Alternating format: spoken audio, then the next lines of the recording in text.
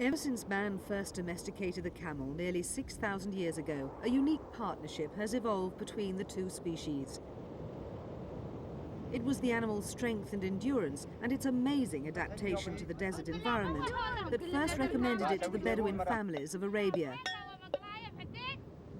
They traditionally valued the camel for its milk, its meat and its hide, as well as for its worth as a pack animal. However, nomadic societies are changing, and as they do, the camel has been pushed aside, its role undermined. Overtaken by the four-wheel drive as transport, one use for the camel still flourishes. In Saudi Arabia and the Gulf countries, camel racing is a popular sport. This race day in the United Arab Emirates can boast a wealth of camel experts, both local and foreign.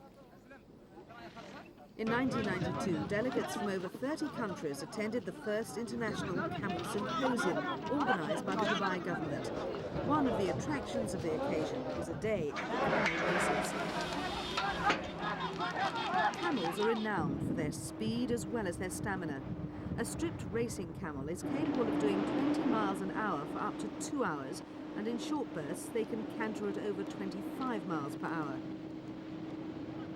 But as well as being a popular spectacle, camel racing involves huge amounts of money in prizes and wagers.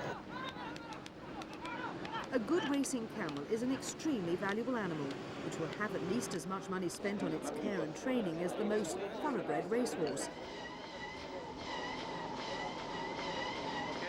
And one champion last year was sold for $1.8 million US. So it's no wonder that the top owners are willing to invest in the best training methods. These animals are quite different from the traditional beasts of burden.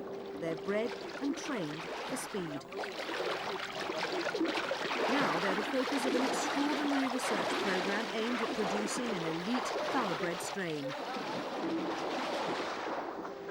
These racing camels couldn't last very long without water, but their food was different too.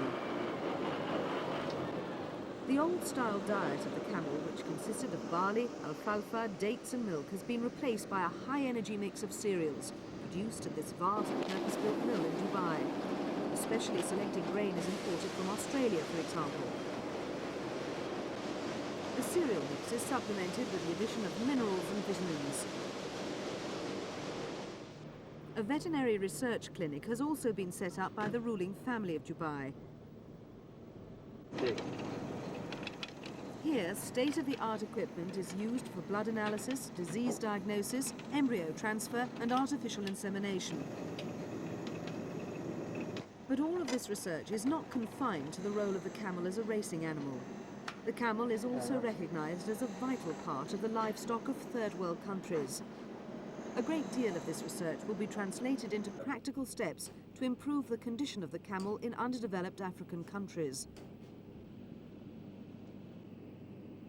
Already, the lab has developed a new vaccine to control camel pox, a disease that seriously weakens herds and can kill as many as 5% of the total stock in an epidemic. Vaccines to prevent other camel diseases have also been successfully developed in the research program.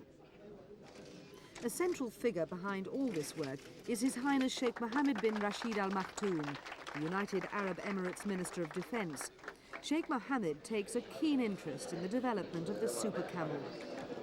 As a veterinary expert at the symposium explains. 10, 15 years ago, people were reckoning that the camel was an animal of the past and there was really very little future for it. But I think has been proved by this symposium, which has brought together over 200 scientists from all over the world, that there really is an interest in this animal. And it certainly has a tremendous future, whether it be for racing, as here in the Emirates in Dubai, or whether it be for meat and milk production as a supplier of animal protein for people in the third world. Kano in Nigeria lies on one of the old camel routes into Africa. Here, people's priorities are different. The emphasis is on survival, and the camel is not used for sport. In some areas of North Africa, the camel is still vital as transport, as a draft animal and for meat and milk. Perhaps with the exhaustion of fossil fuels and the decline of the internal combustion engine, people in arid areas will turn increasingly to that enduring asset, the loyal camel.